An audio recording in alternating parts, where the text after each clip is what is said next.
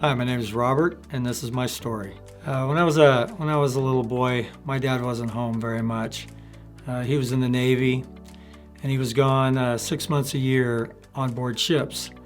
When he was home, him and my mom, they kind of fought. He liked to drink also.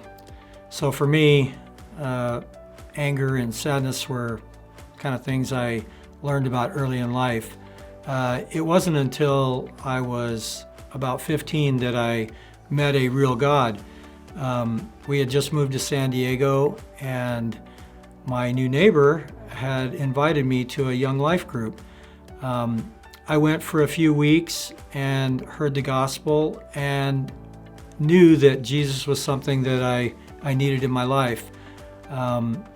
When they said that he would never leave me or forsake me, I knew this is what I wanted. But only God would know how much I would need him in the years to come. When I got to high school, my new friends introduced me to drugs and alcohol, and this was a pretty powerful pull on me. The pain that I was feeling deep inside, this was a way to numb it.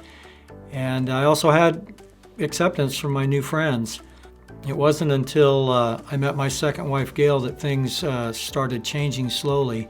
She was somebody who was very loving and patient, and it was exactly what I needed at the right time.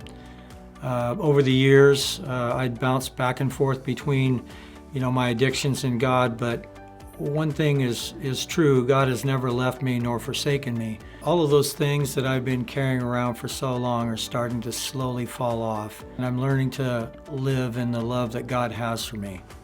Foster care is something that we started about 5-6 years ago. We have had probably 15 or more kids in our home since that time, and something that we didn't expect was we ended up adopting this little girl named Maya. We're fostering 3 girls in our house right now, along with Maya. I think God has allowed this foster care thing to kind of lighten my heart a little bit. Maya's been kind of an amazing part to that, something that, never ceases to make me laugh, but I'm finding out that God is truly blessing my life through this chance to give back. It is a great need, and I would recommend it to anybody who's willing. Here in the near future, in February, I'm going to be taking a trip to Uganda, which is stretching myself quite a bit. And when Ruben had approached me about a Uganda trip, it didn't take long for me to realize that this might be the next adventure God wanted to take me on. One thing that I know he's relayed to me is that he can turn all my mistakes into something good if I just trust him.